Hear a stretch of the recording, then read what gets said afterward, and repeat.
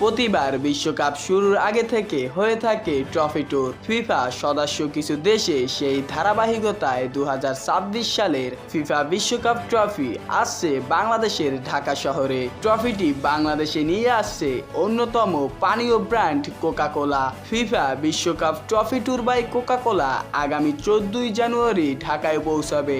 এই আয়োজনের মাধ্যমে বাংলাদেশের ফুটবল প্রেমীরা ফিফা বিশ্বকাপের মূল ট্রফি কাছ থেকে দেখার সুযোগ পাবেন। কোকা কোলা কোম্পানির ভাইস প্রেসিডেন্ট মাইকেল ডিন বলেন, একটি ফুটবল ম্যাচ দেখার সময় যে আবেগ, উত্তেজনা ও প্রত্যাশা তৈরি হয়, সেই অনুভূতিগুলোকে উদযাপন করার লক্ষ্যেই ফিফা বিশ্বকাপের মূল ট্রফিটি বাংলাদেশে নিয়ে আসা হচ্ছে। 1978 সাল থেকে কোকা কোলা ফিফা বিশ্বকাপের অফিসিয়াল স্পন্সর হিসেবে যুক্ত রয়েছে। ফিফা বিশ্বকাপ ট্রফি ট্যুর আয়োজনের একমাত্র অধিকার কোকা কোলার। মোহাম্মদ সাকিব, জানানো টিভি।